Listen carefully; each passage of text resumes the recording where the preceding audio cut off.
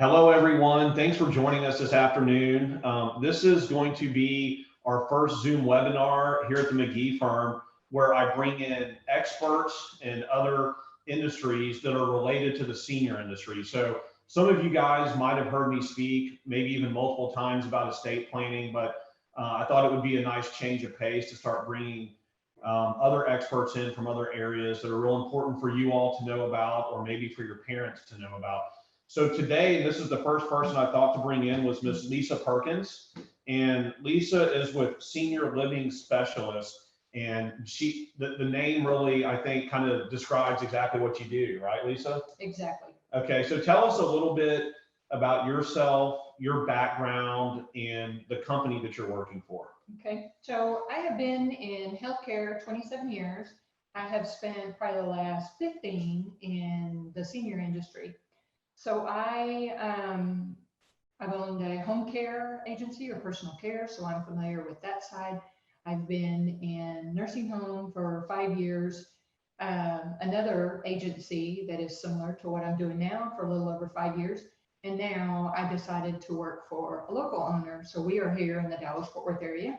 His name is Paul Markowitz. He actually started the agency a little over 12 years ago, after a very early diagnosis of dementia with his mom. So decided that there wasn't enough resources or options out there for folks and what to do, and a roadmap on best care and options. So fast forward, here we are 12 and a half years later, and doing great. And just so you guys know, I should have mentioned this at the beginning, but we are going to have a question and answer at the end. So if you have any questions for Lisa, or any for me, potentially, we will have a Q&A at the end. So please write down those questions, and then at the end, we'll be happy to answer them. So Lisa, would it be accurate for me to say that from a practical standpoint, people would come to you if they're needing a placement for themselves, their spouse, or their parent, but they're not exactly sure, do I need long-term care, or do I need assisted living, or do I just need senior living? Is that one of the reasons people would come to you? Absolutely. Okay. So I think matchmaker meets apartment locator, if you will. So based on care in a desired geographical location and based on the budget, and especially now during all the stuff going on with COVID, I actually, myself and I have a team, so we'll go figure out who's accepting, and out of the ones that are accepting, do they have availability based on the needs? From there, what are they requiring to bring your loved one in? And then once we have it narrowed down, we will then refine it. So say, for instance, they have an animal or a long-term care policy or anything like that, we start working on the particulars, but we will definitely narrow down for you, and we can negotiate pricing.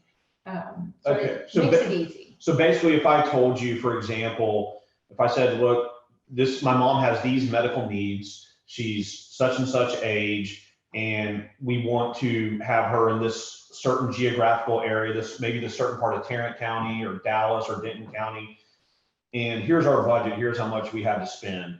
Your job is to figure out the different options. Would that be a fair way to put it? Yes. Okay. So there are perfect segue too. So there is senior apartments where there's no services whatsoever, maybe activities, but that's it.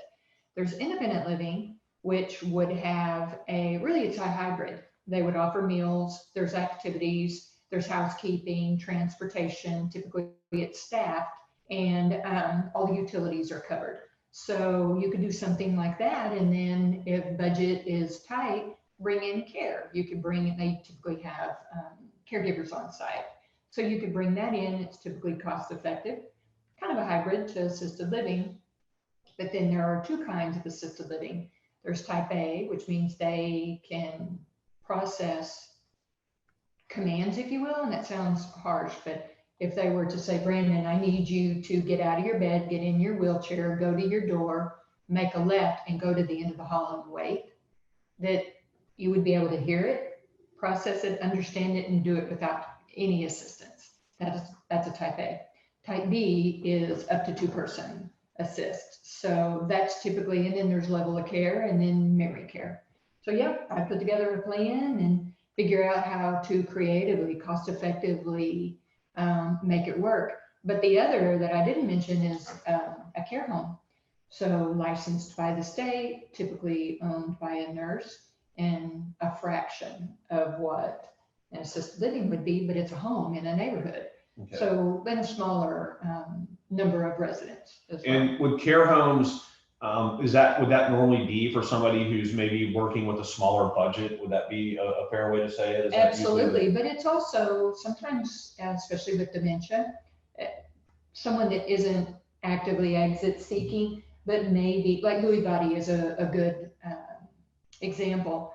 They typically need a lot of one-on-one care. There's a lot of phobias, sometimes some hallucination. They do better in a much smaller, very structured environment. So something like that, even though it is much more cost effective, it's also a better option for someone. Okay, and so somebody who has never dealt with this issue before, let's say that you have a son and daughter coming to you, and let's say the father's deceased but never went into care, and their mother is needing to go into care of some sort. Can you guys do a really good job of helping them understand what level of care they need, whether it's type A, B, a nursing home, or you guys, is that part of what you guys help them with? Absolutely. And so usually when they call me, I start doing all the fact finding. Tell me what you're looking for. Tell me about your loved one. What care needs do you see that they need? And then from that, I start asking about assets and income, and do they have capacity to make decisions? Do they not? If they don't, then who is designated to make decisions on their behalf, and what all is involved in that. But absolutely. And then I have been in long-term care, so I'm able to be able to ascertain, okay, looks like you need Medicaid, looks like you're going to need a Medicaid pending, possibly figure out what to do with some assets or whatever. And then I go figure out which nursing facility has an opening.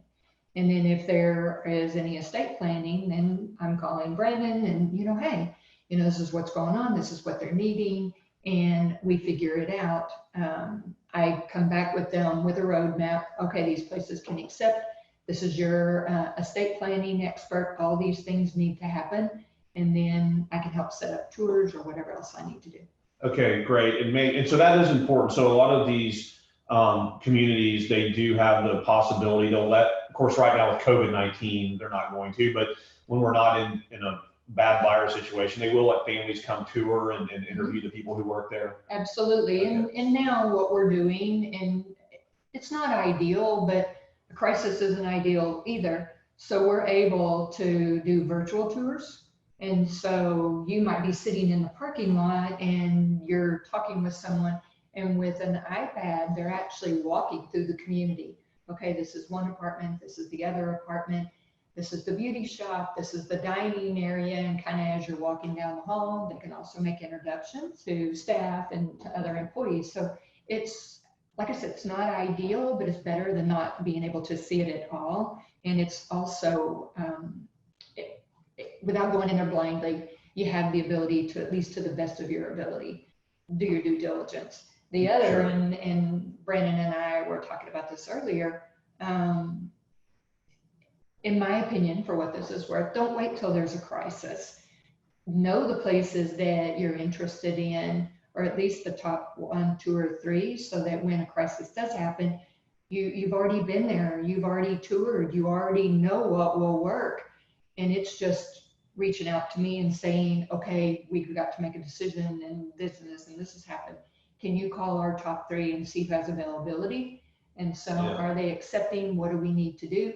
And then from there, I'm actually able to negotiate and set everything up. Yeah, and that's a great point. And that's kind of what I preach to my clients with estate planning and preparing for long-term care. Don't wait till the last minute, because everybody's emotionally crazy. Things are moving very fast.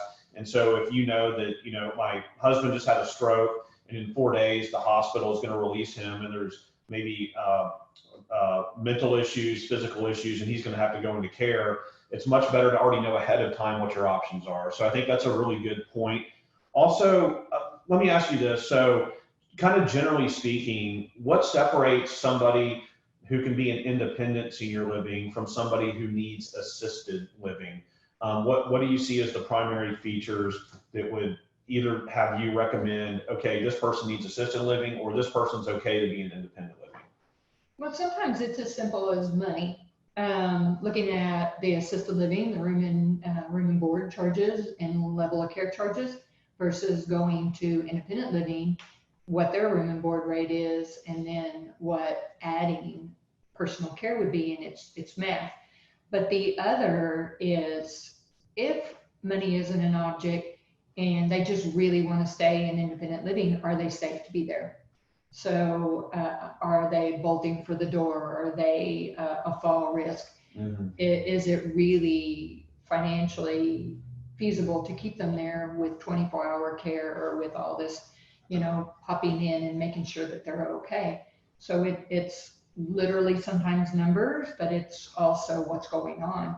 And I've been doing this a long time. So I mean, and truthfully, I will be your advocate. I will be your loved one's advocate. So the good, the bad, and the ugly, I'll lay it all out there, and we can actually, talk about it, weigh it all out, and then, okay, it looks like this is the best option, and then figure that out. Okay. And before I ask the next question, why don't you go ahead and let everybody know how they can contact you? Okay. Phone number, website, maybe email, let them know how they can contact you. Okay. So email is lisa@seniorlivingspecialist, and that is plural, it's hard to say, .com.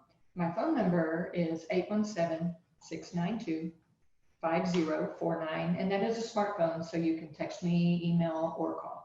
So, and then I'll make sure Brandon will have all the information also at the end of the call. You guys can always reach out to us as well, and we can get you Lisa's info, and we'll have her repeat that again at the end. Okay, guys?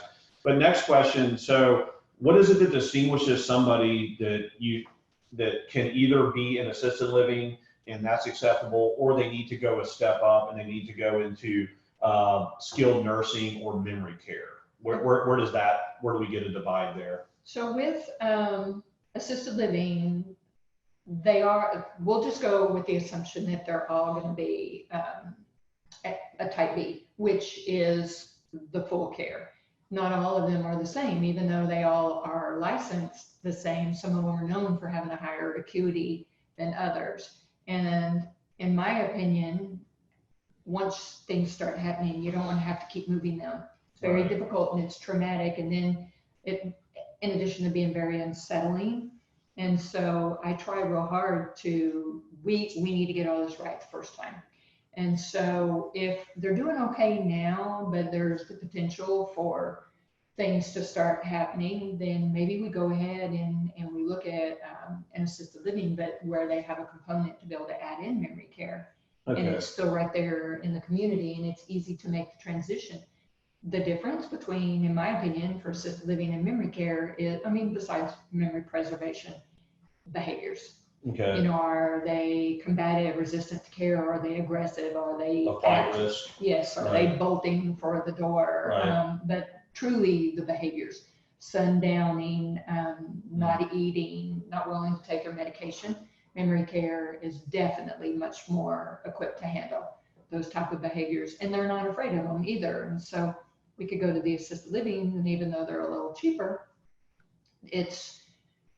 are they going to be able to keep them? Are they going to be able to meet their needs and take care of them? Or do we go ahead and just go the other direction and figure out what's best for them now and only move them once? Okay. And so I think it's probably fair for me to say that when you go from independent living to assisted living to skilled nursing or memory care, the cost keeps going up, right? It's more expensive the higher you climb up that ladder. Is that correct? Yes. Okay. And would it also be fair to say that just like we have in the DFW area, we have different neighborhoods where houses or apartments are a different cost? Is that also true with senior care, that the cost of it can be across the board depending on different factors, even maybe like what part of town are you in? Is that Yes. correct? Okay. Give us an idea, just kind of some ballpark ideas start with independent living, then let's go to assisted and then skilled nursing and memory care. What are we looking at in terms of cost if we have to put a loved one into one of these communities? So independent living, and it goes without saying that all of these are inclusive. So when I say assisted living and memory care and skilled nursing, skilled nursing does not have level of care charges, but assisted could. Memory care typically is all inclusive. So independent living with all meals, utilities, housekeeping, transportation would run probably $1,500 to $2,000, $2,100 in that ballpark. Assisted living maybe $3,000, $3,500 up to maybe $4,500, give or take. But there's also other variables. Is there a special? What does the census look like? Have they, is there a lot of, open or empty apartments for whatever the reason? So that could factor in. That could factor into all of this. But then on memory care, well, skilled nursing. So there's skilled nursing covered under insurance, and then there's skilled nursing that's private pay. So in skilled nursing, you would get half of a room, unless you paid for a whole room, that'd be double. Half of a room, and it's typically $4,800 to $6,000 a month. So if you're going to be paying that, might as well have an apartment and quality of life, in my opinion. And then memory care is typically $6,000 up, depending upon obviously the neighborhood and whatnot. Okay. And then, so obviously, sometimes you will have a family who's fortunate in that they just want to look for the best option that's the closest to whoever the primary caretaker of that person is, and money's not an issue. For a lot of us, though, to some extent, money can be an issue, right? Yes. Particularly if we have a senior who's on a fixed income, and I think more particularly if there's a spouse left at home. So then you have, a spouse needing money to maintain the home, and then this person needs money to be maybe in assisted living or in memory care or something like that. What are some of the ways that are out there to try and get other maybe government sources of money? Kind of talk about that. How can you work with families who maybe don't have enough money to pay for the care? So there are licensed and unlicensed care homes. So that could be an option. Medicaid, figuring out how we access benefits. The VA. But then sometimes there are folks that even though they're tight on a budget, they have a long-term care policy. So it's figuring out how to access those benefits. What do they pay? Is it a daily rate? Is it a monthly rate? What's the elimination period? Are they in the hospital? Because most of the time, long-term care policies will kick in the date of the first confinement. So if they're in the hospital, get the process started.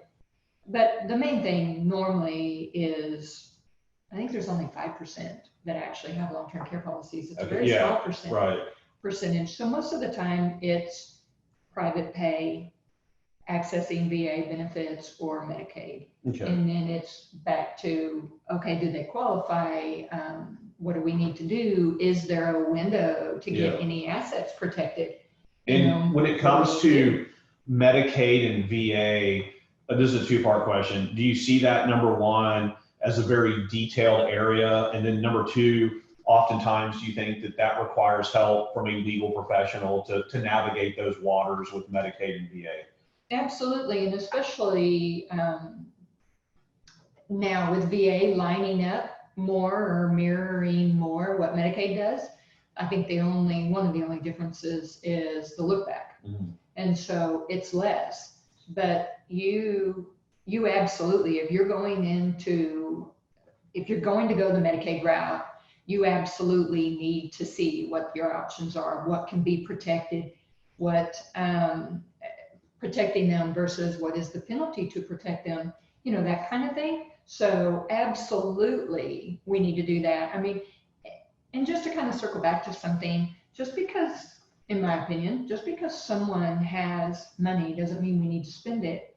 And so my role is to get all their needs met but still be cost effective. And so they may have a $7,000 budget, but we can get it net at $4,000.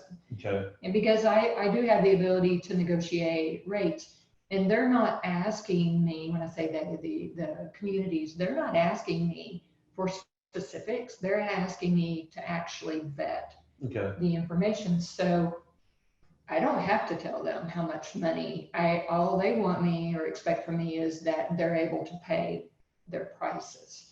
Okay, and tell us a little bit too about options for married couples. So for example, sometimes I see in my practice an extreme scenario of one spouse is absolutely fine. The other spouse has maybe Alzheimer's or dementia, and the one spouse who's okay has been taking care of that spouse at home up until the very end, right? And up until the point that it's just no longer feasible. And that person is going to need to go into memory care. But are there options for people who aren't at that point yet? You know, for example, if I needed to go into assisted living one day down the road, but my wife didn't need it, do you still see married couples moving in together into assisted living? And kind of talk about that, options for married couples when they're maybe not exactly on the same page with their health status.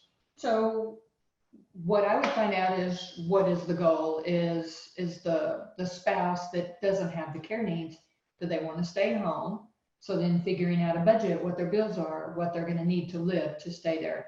But then if they're going to go into a community, then it's smarter to have that spouse go in as a second person. The fee's very nominal. Okay. A lot of times we can get it waived. So the fee's not double? No, okay. So I would look at the person that has all the care needs. We would then factor in I'm going worst case, so the highest care or level of care charge. And then the spouse would be a couple $100, and literally that's for food only. And that's the way really to approach someone going with them. And a lot of times they will make a deal if one is in memory care and maybe they only need assisted living or independent living, especially if they have all levels of care on site, then one could remain in an apartment or, you know, a regular sized apartment, and the person with Alzheimer's dementia isn't going to need a whole apartment. So that was going to be my next question is, I think as well, I've come across families where both parents are in the same community, but they're in a different care level. So that allows the spouse to easily go visit the other spouse. Is that something that you all encounter? Absolutely. Okay. But then to be able to, it needs to change for the spouse that's in independent living to be able to move amongst the community. There aren't any additional fees. And so we can actually negotiate that stuff up front so that they are able to stay there, and they are able to either bring them over to independent living, be able to have meals with them, family gatherings, or vice versa, that the loved one goes into assisted living and meet with them. Now, let me ask you this. So, and it's a two-part question. Number one, is it common to find a senior who really is, has an emotional attachment to their home and really doesn't want to leave their home, but the rest of their family knows they really need to? And then number two, when that happens, how is it that you guys help deal with that issue of somebody needing to go to a community, but not wanting to leave their home that maybe they've been in for the last 45 years? Which happens all the time. I mean, the main thing is, okay, maybe we offer caregivers then to be able to keep them there. But a lot of them don't know that they can bring their belongings to assisted living. And it's never, I mean, well, let me start over. I can't tell you how many times that people will come back and say to me, I wished I had done this years ago. I was afraid of it. I dreaded it. I love it. But then they're happier once they're adjusted. Once they, and the transition is usually about 3 weeks because they're, you know, they're getting acclimated. There's a schedule, there's food, you know, where do I eat? Where do I go? But I like to think that somewhere in the recesses back there, they know they need the help. Right. It's just maybe more fear of the unknown. And, you know, they're digging their heels in, and, you know, maybe it's the last few little hurrahs that they can actually, you know, it's kind of like driving. Right. Too, you know. Well, maybe they sort of feel like they're giving up their independence a little bit. Exactly. So, but it also goes back to, okay, then maybe you bring them into the process. Let them tour with you. I encourage them to have a meal. That way they can actually sit down, see how it's served. Most of these communities are doing things restaurant style. So it is like dining out. There's beauty shops. There's social events. They had no idea. And then a lot of them will equate it to a cruise ship. And even some of the places will do kind of like field trips. They'll go to plays or visit a museum and things like that, right? WinStar, they go to the ball games, all of that. And they also will do what we call a respite. So they have a guest suite set up. So if you're thinking, you have it narrowed down to 2 or 3, you guys can go and check out a guest suite and let them stay there for a week or 2. Right. See how they like it. It's kind of an ease in. And it's just typically a flat daily rate, still all inclusive, all their food, all the medications, all the care. But it's just, and that's about $125 a day, give or take. And then one last question, and then we're going to have a question and answer, guys. So go ahead and get those question and answers ready. But so just a little kind of plug here, for our firm, but how important have you seen is it for somebody to have a good estate plan in place, something that's relatively up to date, that's from the state of Texas, and that was created by a professional? How important have you seen that to be in your job? Okay, so I'll give you 2 examples just recently. So we're working on sending a guy home. His sister owns his home, poor decisions. He is demented, smokes, on oxygen, which is scary in and of itself. Right. And because there is no documents, nothing that he has set up, he is incapacitated, but there's no one to act on his behalf. And so everybody knows sending this gentleman home is a horrible idea. And the only thing that we can do is then call Adult Protective Services. So is for you and the job that you're trying to do, is it a substantial help if that person has powers of attorney in place so that they have that family member that can handle all the decision making? And typically they need more than one. In the event that your number one isn't available, you absolutely, but even more than that, know what their preferences are. Know what their assets are, their accounts, what their wishes. Just have all this stuff. My gosh, I was telling you about a scare with my mom. To be able, in the event of incapacitation, to know exactly what my mom wanted, what she needed, and I had the authority to do it, but also fully understood the consequences as well. And so to be able to have that, huge. To be able to have an individual that walk you through all the different scenarios, and I always work from worst case, but to be able to be prepared. And otherwise, the state. Okay. And go ahead and tell us again the best ways that we can contact you, and then we're going to start with question and answer. Okay. So again, my name's Lisa Perkins, and I'm with Senior Living Specialist, and we're here in the Dallas-Fort Worth area. My email is lisa@seniorlivingspecialist, and that is plural.com. Phone number is 817-692-5049. And the best thing is, besides me being an advocate for you and your family, our service is free. And so we work with everybody. The communities pay a fee for the legwork that we do. That's a great point. So the families don't pay you. It's the communities where you place the folks are the ones who actually pay you. Yes, okay. And it is. So free, guys, free service for you and your families. Well, and you know what? Even though if I have the privilege of being able to work with you, you're not bound by anything that I give to you, but at least you know what will and won't work. And it's, there's a lot of agencies that do what I do. They're local and national, whatever. Just be really careful, because they do have you enter personal information. They a lot of times sell that information. It's scary. At least with us, we are here local. We don't do any of that. I will get a list to you, and the list will work. It's a good, viable list. Okay. So guys, you all can't see Mitch, but Mitch works with me, and he's going to be helping us out with the Q&A. So Mitch, do we have any questions at this point? There are none at the moment.